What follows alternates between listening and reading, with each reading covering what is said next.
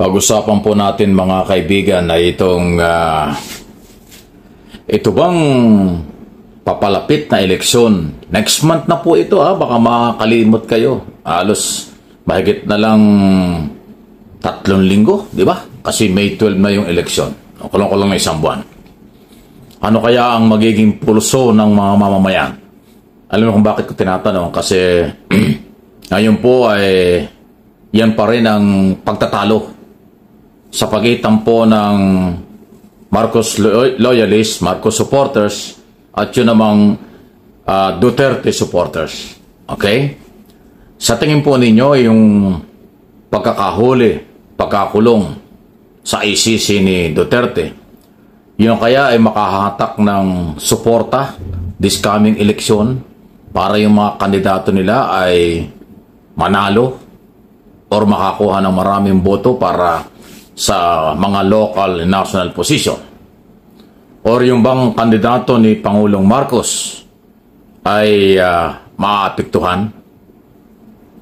Ako, ang tingin ko, dahil mga professional na, marami ng matatalinong mga botanteng Pilipino, walang masyadong epekto yan. Sa tingin ko po.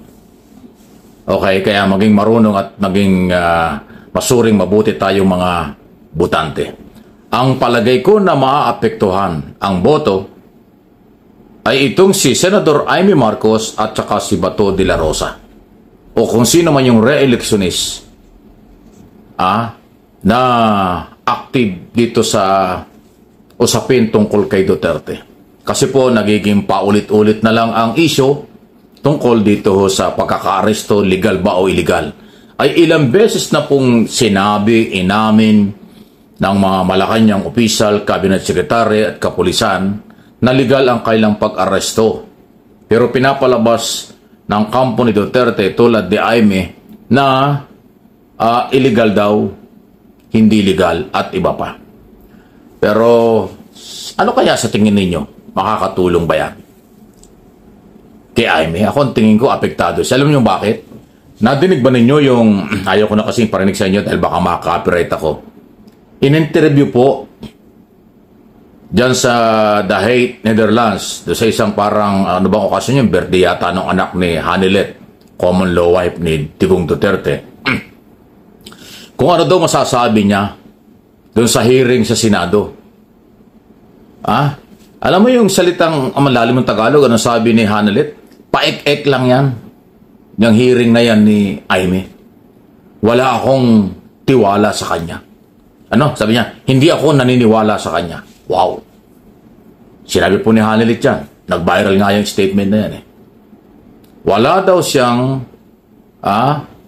hindi raw siya naniniwala kay Jaime.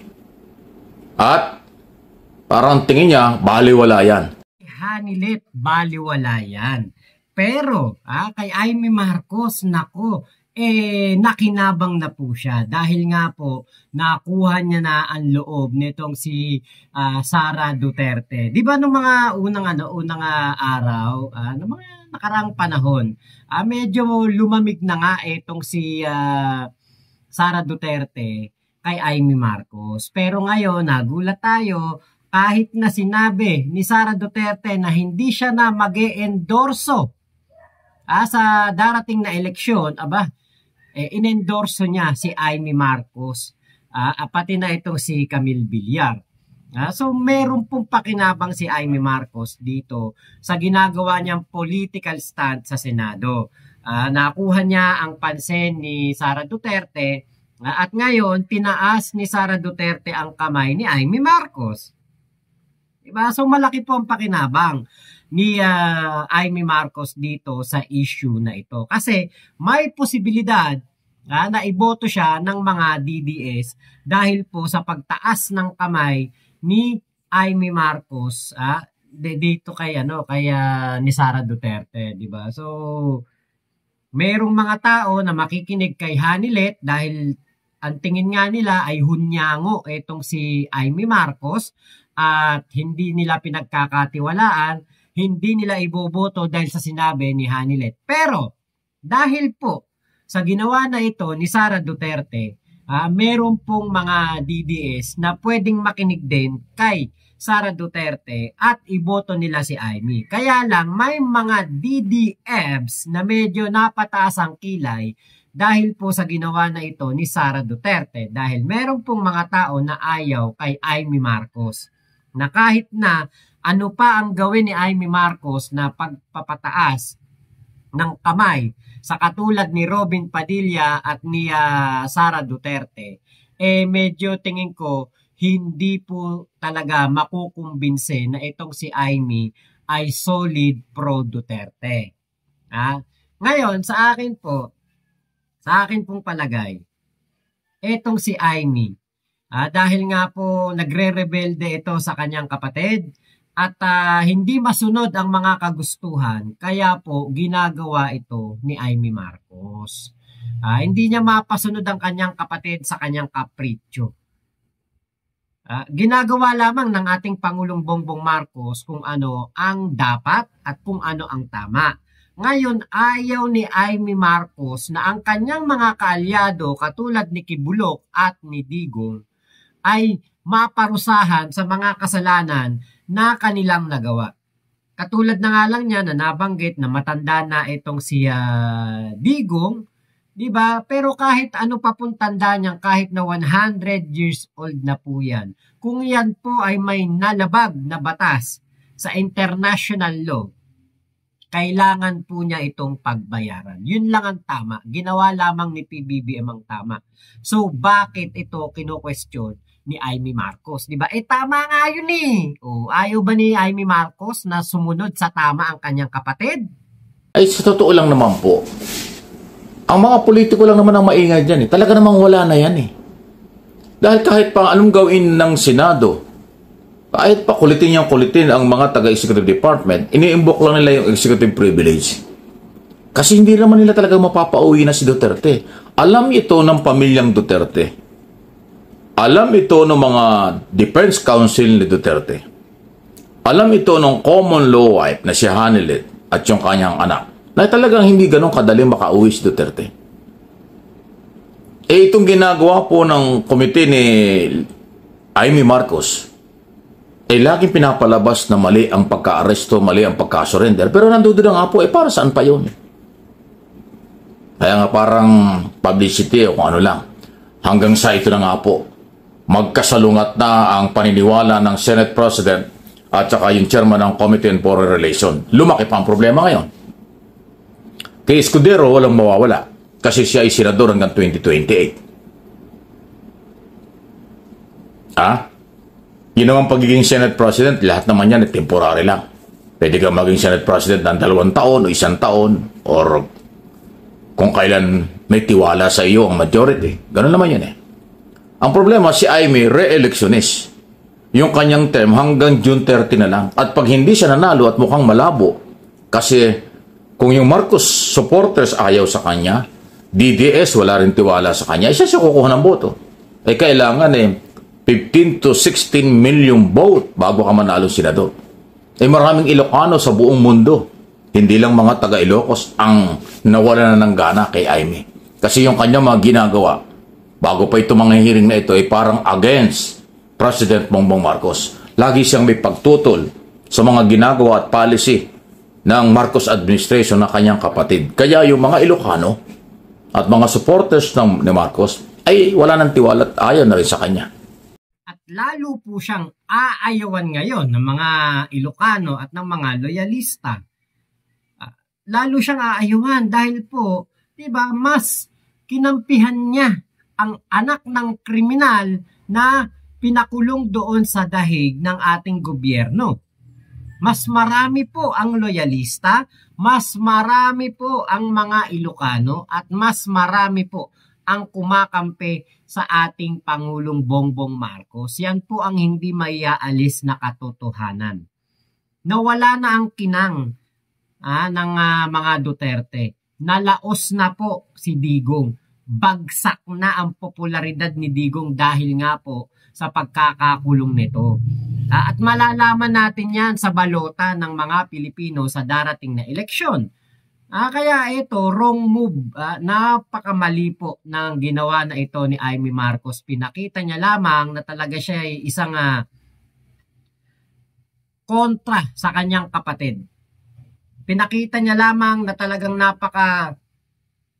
napakalabo na mabuo pa ang kanilang pagsasamahan ng kanilang kapatid. Kasi po dun sa political campaign ad na ginawa nila ni Sara Duterte, nakaitim sila.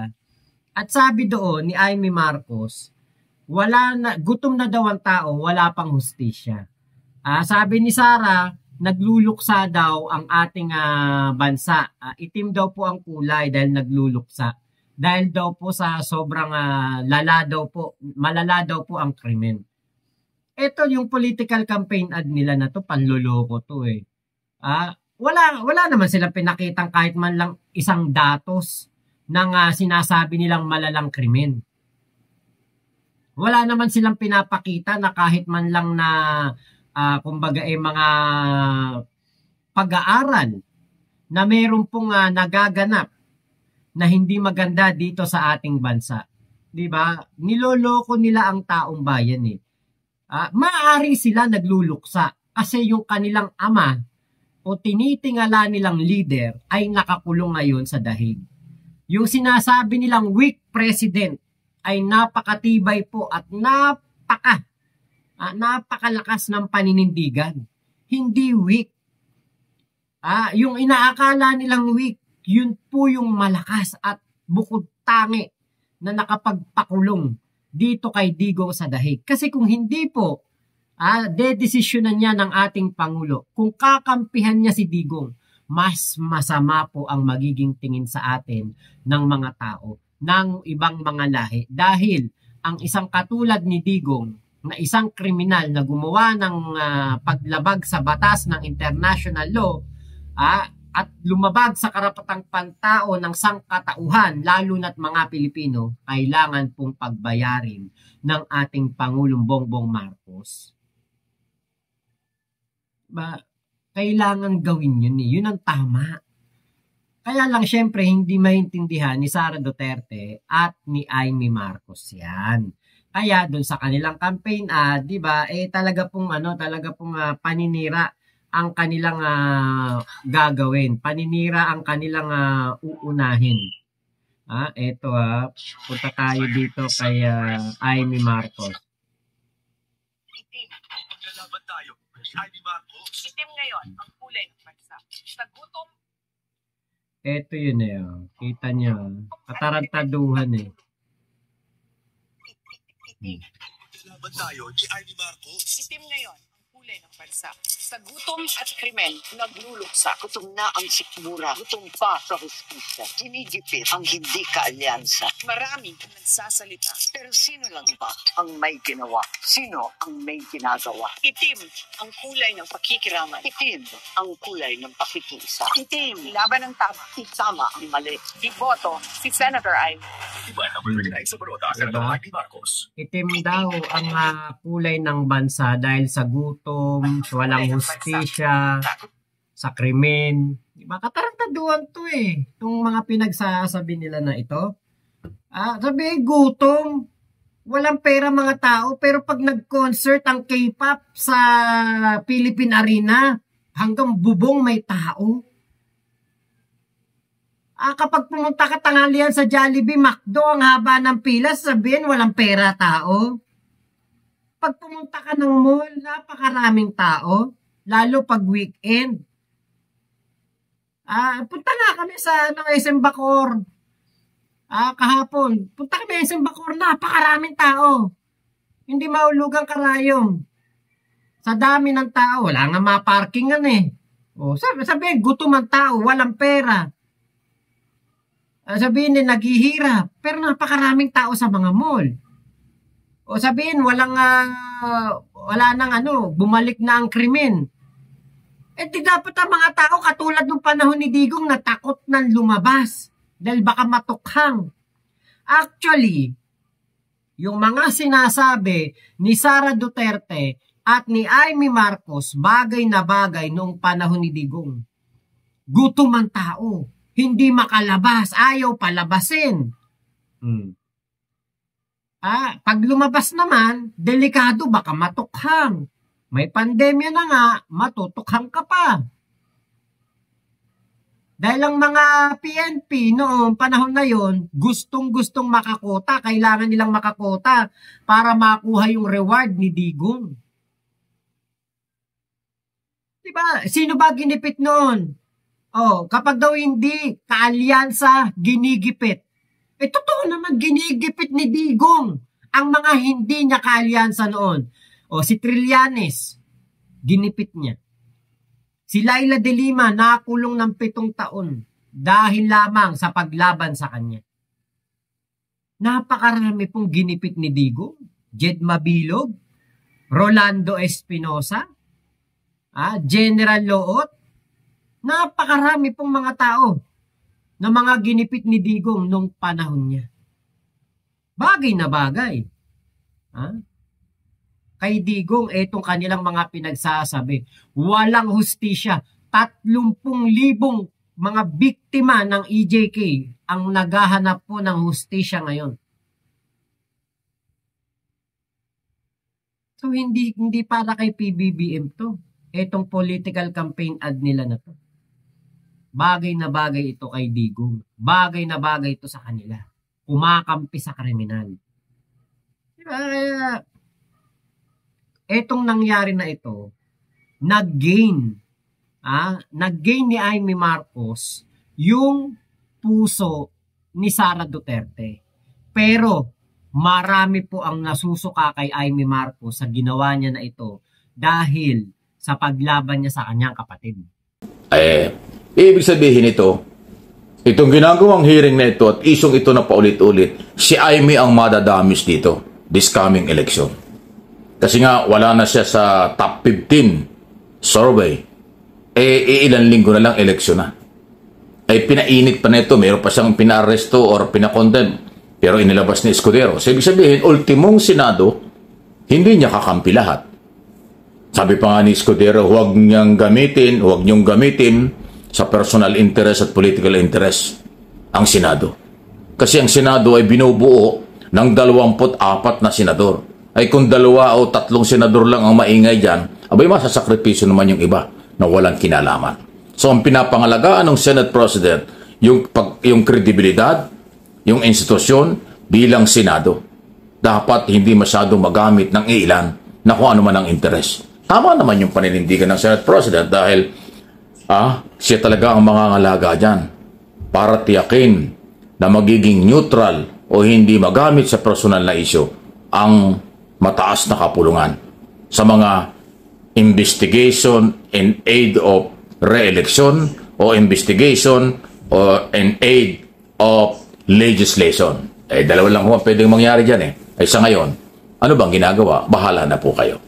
So, hindi sa akin pong tingin at analysis at opinion dito, hindi nakakuha ng sapat na suporta sa mga Duterte supporters ang ginagawa ni Amy. Kasi nga kung yung mismong mga Duterte walang nagdududa sa kanyang galaw, si Hanilet na minsan lang nagsalita ay against pa sa kanya. Paik-ik lang daw yun. Grabe, At saka wala daw siyang di raw siya nagtitiwala o parang wala daw si Amy. Ayan na yung nangyari ngayon. Paano yan? Talaga lang, tuloy-tuloy ang kampanya ng mga kandidato ni Pangulong Marcos. At katunayan, maganda pa ang survey ng iba. Dahil kasi ngayon, doon sa survey tungkol naman sa unemployment, mas marami na po ngayon ang nadagdag daw na bilang na may trabaho. Ayon sa Philippine Statistics Authority, PSA. At patuloy din lumalago ang ekonomiya ayon naman sa National Economic Development Authority o NEDA. Maging si Finance Secretary Raprecto nagsabing ano man itong ingay politika, temporary lang ito dahil sa pagkakahuli si kay Duterte. Pero bandang huli, mawawala din yan. Aangat pa rin. Ayun, ang sa pantaha. So, politika, business, ekonomiya, at iba pa, okay, ang lumalabas ngayon. Pero positibo pa rin under President Marcos na tinatangkilik ng business community at nagkakaroon ng dagdag na trabaho ang mga Pilipino. So, mayroon pa rin positibo. Lumulutang pa rin ang positibo na galaw ni Pangulong Marcos kumpara sa galaw ng kanyang kapatid na si Senator Amy sa pag-iimbestigang paulit-ulit ang mga tanong at sagot ng Malacanang opisyal.